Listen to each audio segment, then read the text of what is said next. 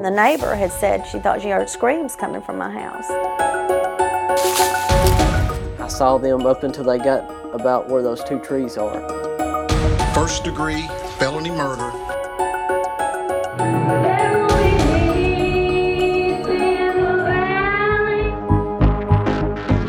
They didn't do this. I'm Carly Gordon. It's been 6 long years since nursing student Holly Bobo vanished. Who kidnapped and murdered her? What happened during those final hours of her life? We still don't know, but that could change next week when finally the first trial begins. Tonight, how this all started and why this crime continues to rock this small, rural community. The woods of Decatur County, beautiful, serene, it's what the people here want to be known for. But what happened in these woods has made it infamous to all of Tennessee.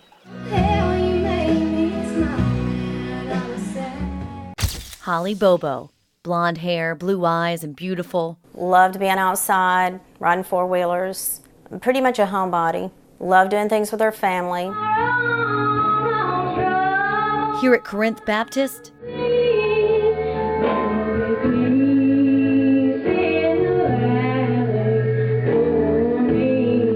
Holly sang in the choir. Holly and I have just pretty much always been extremely close, and to the point that, I mean, when she was a teenager, she would just kind of look at me sometimes and say, that's scary, because we could finish each other's sentences or kind of look at each other and know almost what the other one was thinking. At 20 years old, Holly's bedroom looked much like you'd expect. A teddy bear, makeup, pictures of friends and the boy she dreamed of marrying. Holly also had big career plans. She aspired to be a nurse and was working hard to make it happen. The fact is, every test that Holly took was a big test because she wanted to do well. Just a short 6-mile drive from her Swan Johnson Road driveway to the small community college, UT Martin, a trip Holly made several times a week. And yet, on April 13th, 2011, Holly barely made it out the back door. Our daughter was taken from us. It's just sort of out of character for a rural area like this. But right now, we just need the public's help. Investigators found small amounts of blood in the Bobo's garage. They say a man dressed in camouflage took her into the woods, all while her brother Clint, the only witness, watched from a window. He said he thought it was Holly's boyfriend, Drew. The only thing that I could see was his right arm, which was hanging down. I saw them up until they got about where those two trees are, and from that point, I never saw him again. The Bobos say law enforcement responded quickly that morning. This grid search is about 4 square miles. I'm gonna get you out there with your four-wheelers. We're gonna ride and look. Our yard was full of people and cops, neighbors. Most of them, I guess I knew. A lot of them I didn't know. And in the next hour or two, they was, I don't know how many, there was hundreds of people here. Still, they say they couldn't seem to get them to do enough in those first few hours that perhaps mattered the most. And, you know, I was begging them to put out roadblocks, and I was begging for an Amber Alert, which I found out, you know, they couldn't put one out if you're over 17. And so that morning I actually lied and said she was 17 so I could get that out. I would do that again if I had to. For weeks, life as everyone knew it in Decatur County stopped. Anyone who could searched. Some came from across the country. Neighbors and strangers traipsed side by side in the woods. They combed the grass for clues on their hands and knees. Most felt it was an amazing display of community determination. It was people out here I didn't know was looking for our daughter day and night. Their bosses left work and come out and help search. Others worried they were unknowingly ruining potential crime scenes, trampling over evidence. I know there was tons of people here trying to help. I know lots of people were called in. You know, I don't know what else could have been done. In the end, they found nothing. Years passed. The hope Holly would soon return home never faded, and her picture was everywhere. Water bottles, semi-trucks, there were ribbons, rides, and rewards. Governor Haslam has increased the reward by $50,000 for the arrest and conviction. The TBI called it the most extensive and expensive case in their agency's history. Historically, this investigation has been one of the most exhaustive of time, resources, and finance. Still no arrests. And then finally, this. After 3 long, fruitless years, a seemingly cold case. And this is just one location. Investigators tell us they searched. Turns red hot. From the time she went missing up until this big break in the case, we were constantly coming here to Decatur County to follow the next lead. Knowing what had become of Holly took over the lives of these people and our viewers. We were all left wondering, what happened to this pretty young girl? Then suddenly, out of the blue really, the announcement of not 1 arrest, but 3. How could that be when they hadn't found a body? Well, you'll find out right after this break.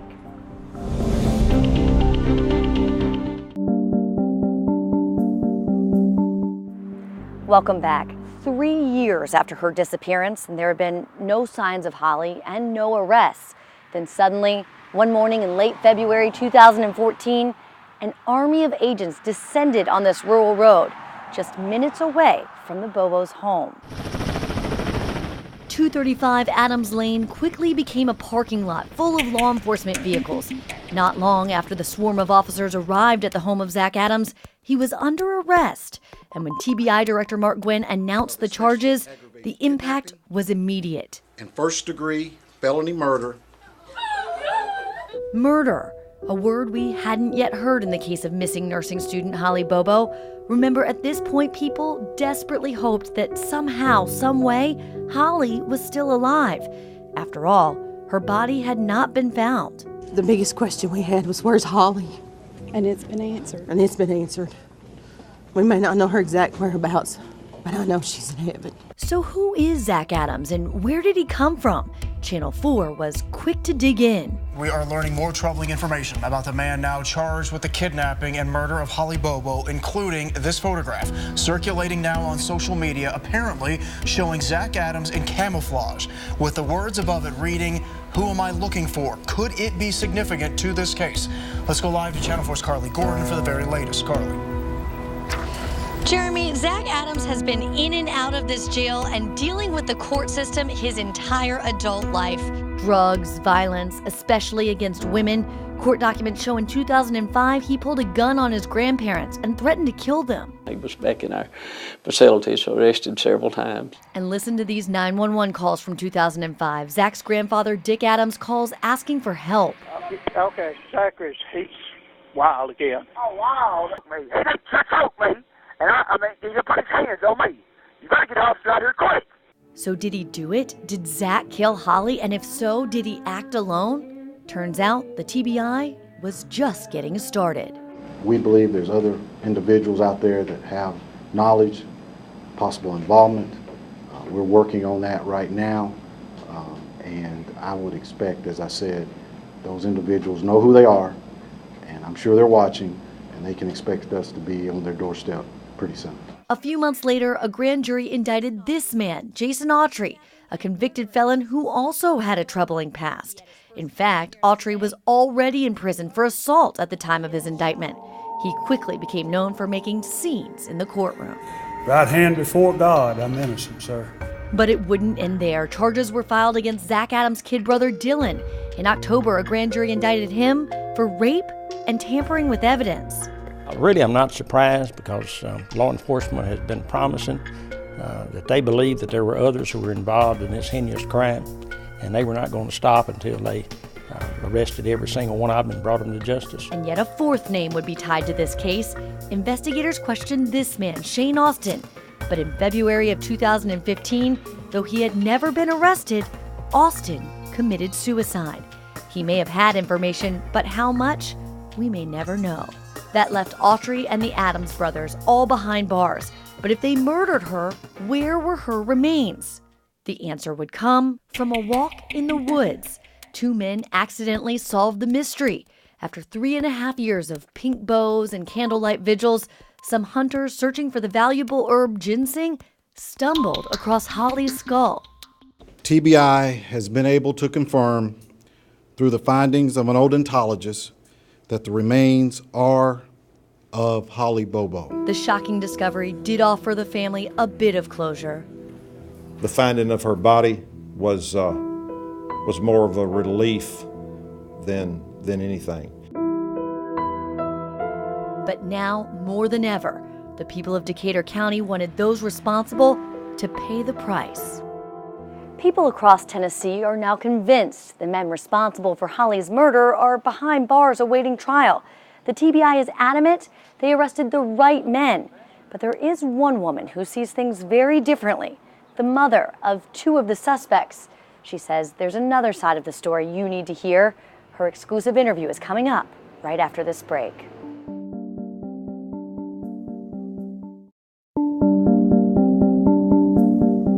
Now to the tale of 2 mothers. Both their lives were upended by the death of Holly Bobo, Holly's own mother, and the mother of 2 of the main suspects. 2 women wanting justice for their children. We were always so close, but, you know, it was always the 4 of us. There's just nothing normal about us anymore. The Bobos have talked to us for years about their anguish. They spoke through tears in 2011 when Holly first vanished.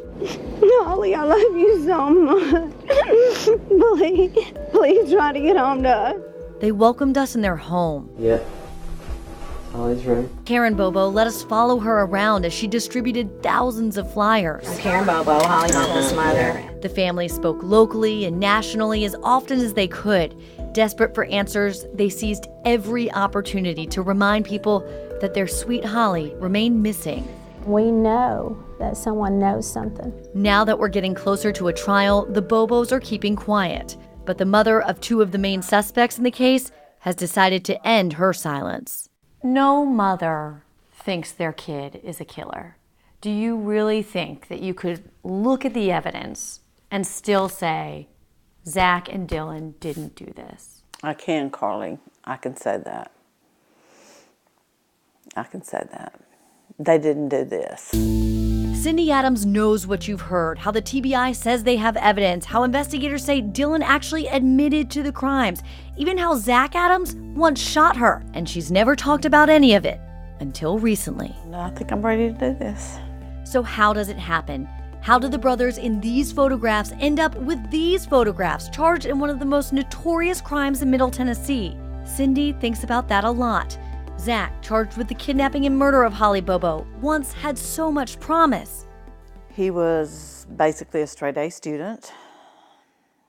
He actually excelled in sports. And Dylan, charged with kidnapping, rape, and murder, a people pleaser. Dylan's the type of person, you dangle a cookie in front of him and you want him to do something, you know, he's going to do it. The 2 brothers were friends, close friends.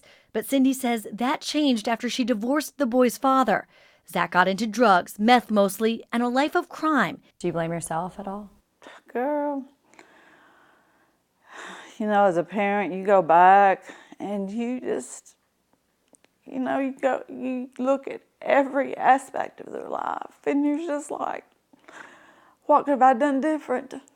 You know, how could I change this? You know, how could I have been more present? Yeah, I mean, it's daily. I beat myself up daily over this.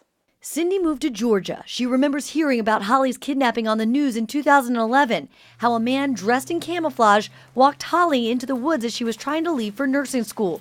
Cindy says while she and her boys weren't close with the Bobos, they knew of Holly and felt concerned. I even asked my boys, do you guys know anything? Do you know anything? Have you heard anything? No, Mom. No, Mom.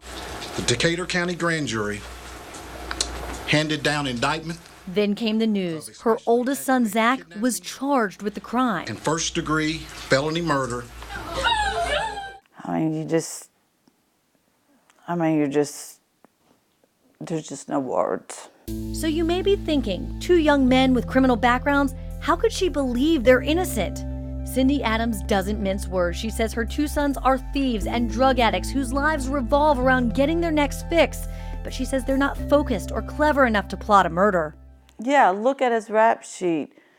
I mean, Zachary cannot even go out and steal a deer stand without getting caught. And she says, not secretive enough to get away with it. When more than one person knows about something this horrific that happened, you know, and you're talking about drug addicts, How did they keep that quiet? Cindy knows that Dylan made a statement to investigators that they say implicates him and his brother Zac. It's never been made public, but Cindy has heard it. She says Dylan is academically challenged and easily coerced. In this statement, you know, Dylan's trying to tell his story as to what happened, and you've got this TBI agent saying, don't you mean this? Don't you mean it happened like this? And Dylan, you can honestly tell at the point that Dylan, I can as his mother, he gave up. He's like, okay, if that's what you said, then, you know, okay. Two women, mothers, who both want justice and whose lives will never be the same. Nothing feels right anymore. Going to my mom's, we don't celebrate birthdays anymore. We don't celebrate Christmas. We don't have family dinners because, you know, there's one of us missing and just nothing feels right. So what did the TBI find? What evidence do prosecutors have in this case? We haven't seen the discovery, but Cindy Adams says she has. Coming up after the break, hear what she says prosecutors do and do not have against her sons, plus her message for the Holly Bobo family. It's a part of her interview you've never heard until now.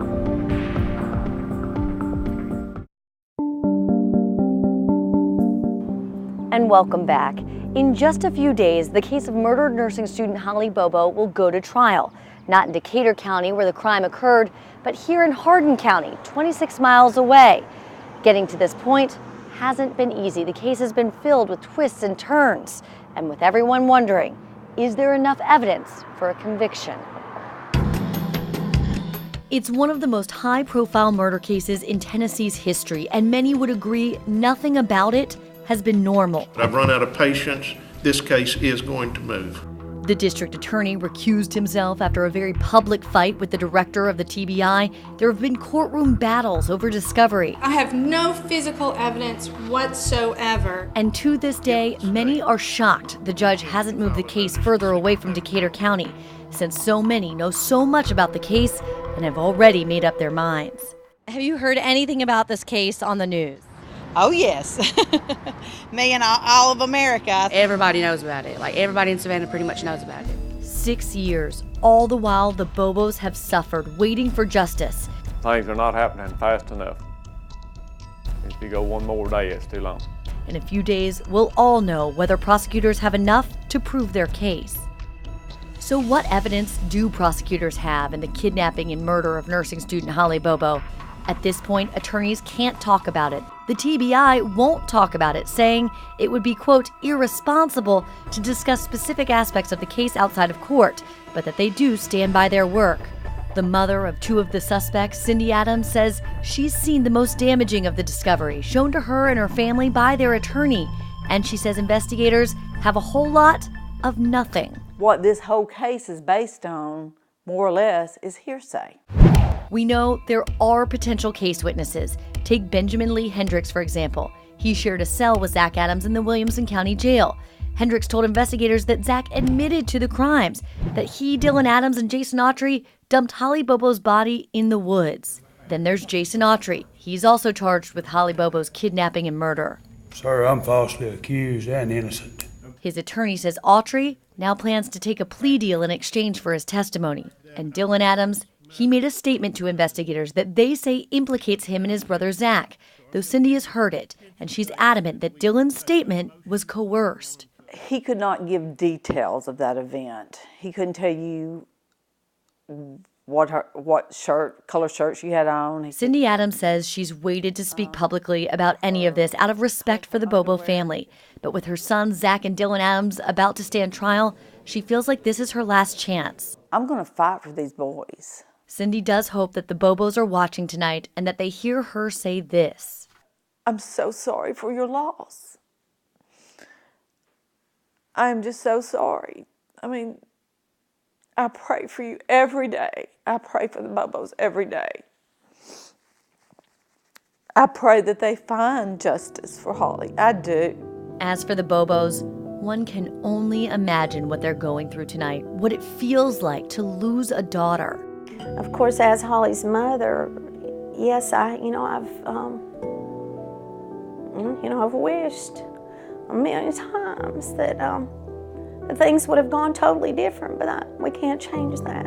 The Bobos have waited, watched, suffered. They've shown up for every single agonizing court proceeding, determined to see this through together. This has been a nightmare that's still going on. But the Bobos have kept quiet over the past few months as they prepare for the first trial. It's a trial that the world will be watching. At this point, the Bobos tell us they just want to let prosecutors and the jury do their job. Zac Adams' trial is set for July 10th. We will be there as we have been this entire time, bringing you gavel-to-gavel coverage. Be sure to join us here on Channel 4 News and on WSMV.com. I'm Carly Gordon. Thanks for watching.